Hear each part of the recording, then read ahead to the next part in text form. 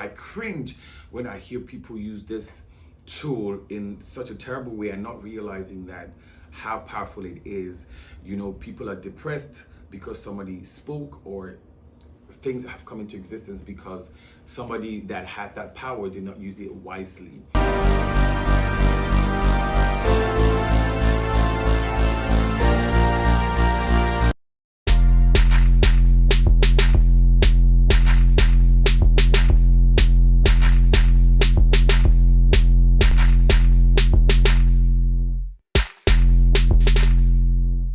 Welcome back, everyone. Welcome back to the show.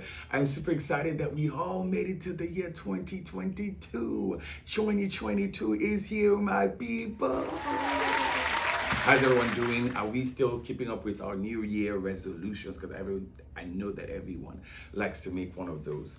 So today we are gonna, like I always say on the show, everything that we speak on the ETG show is life changing. You best believe that. Welcome back, everyone. Okay, so jokes to this side. So we're going to be talking on something that I think is absolutely profound and extremely important. I have conversations in my head. I'm a thinker. I like to ponder. And so I was just thinking on the power. First of all, let me introduce the topic. So the topic that we're going to be speaking on today is simply titled, Where are the drums, my people? Where are the drums? Where are the drums at? We're going to be talking on something that I tag spoken word. And why do I think that we should be speaking on spoken word? Because it's extremely important. I have no serious bone in my body. I do, actually. And so we undermine the power of the tongue. This is extremely powerful. It has made nations, it has destroyed nations, it has wrecked homes, it has done the best and the worst all at the same time. And so I just thought that we should be speaking on it. And so today I just wanted to bring into account the stuff that you know, or remind you that words are powerful. So I'm raised Christian, and so I read the Bible, and I know that in Genesis, which is the beginning of creation, it says that God spoke everything into existence. He spoke the heavens, the earth, pretty much everything that we see came into reality, into being, because God had spoken and it became. And the Bible also says that He has given us power, and He says that power and life and death are in this muscle right here, or this creative power force, which is the tongue. And He gave us that so that we can communicate, speak, and create. Everything, like I said, in life and creation that we see was created, and we are created and made in the image and likeness of God. And so pretty much everything God does or did, we can do as far as creating with our mouth is concerned. So I cringe when I hear people use this tool in such a terrible way and not realizing that how powerful it is. People are depressed because somebody spoke, or things have come into existence because somebody that had that power did not use it wisely. And so I want to bring that into account, remembrance, or just in case you forgot, I want to take this time out to remind you that your words are powerful, and that while that is the case, you also have the responsibility of creating your space, birthing things that are in your mind, in your soul, by your mouth. A number of people that we know, such as Martin Luther King, had said that he had a dream that such and such was going to happen, and those are some of the things that we are living. There are a number of people, I'm just, piggyback of the people that we know. There's Nelson Mandela, who had spoken such things as what his dreams were going to be for South Africa, and I believe that they are now, or largely becoming.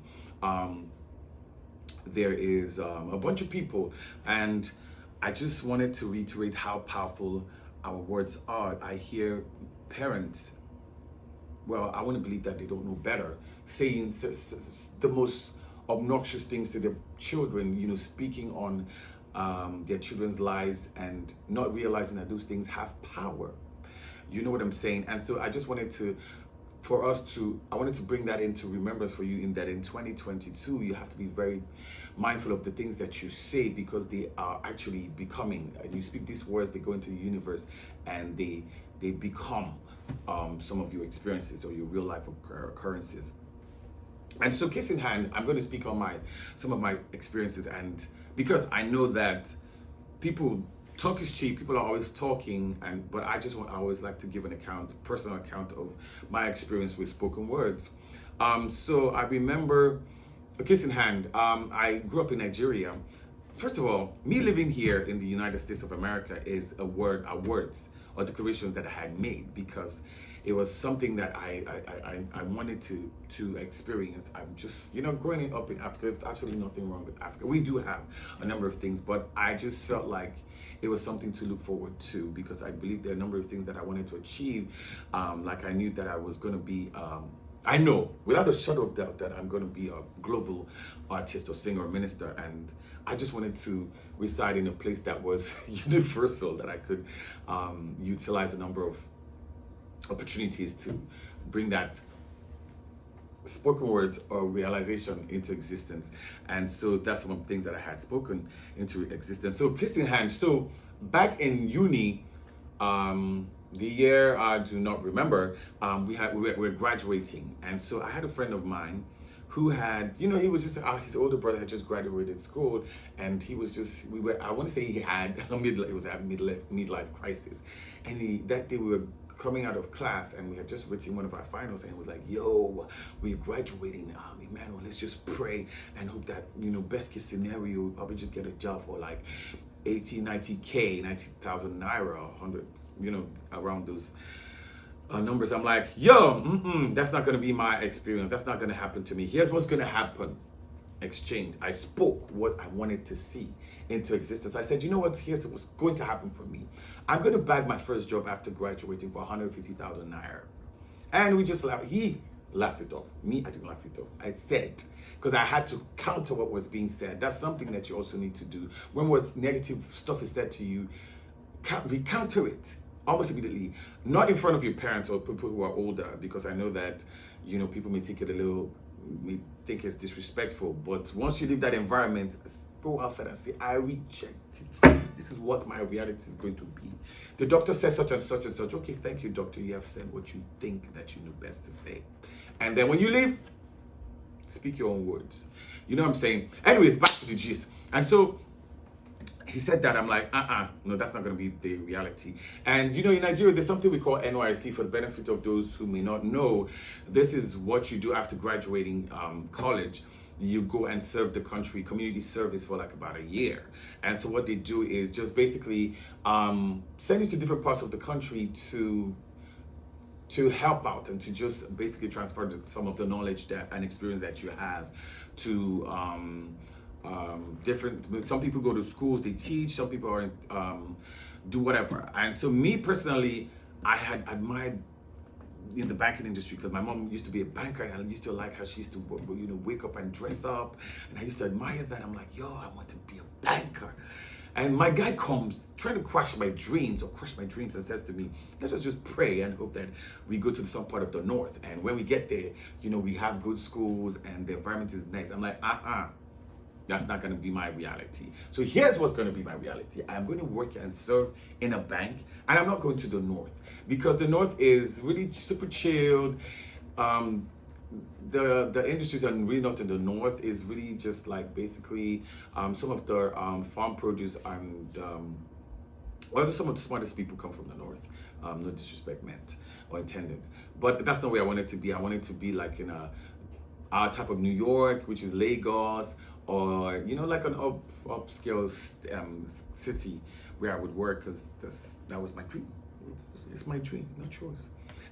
And so no apologies whatsoever. And so that was what he said. And I said, you know what, here's what's going to happen. I'm going to serve in a bank, and I'm going to serve in Lagos.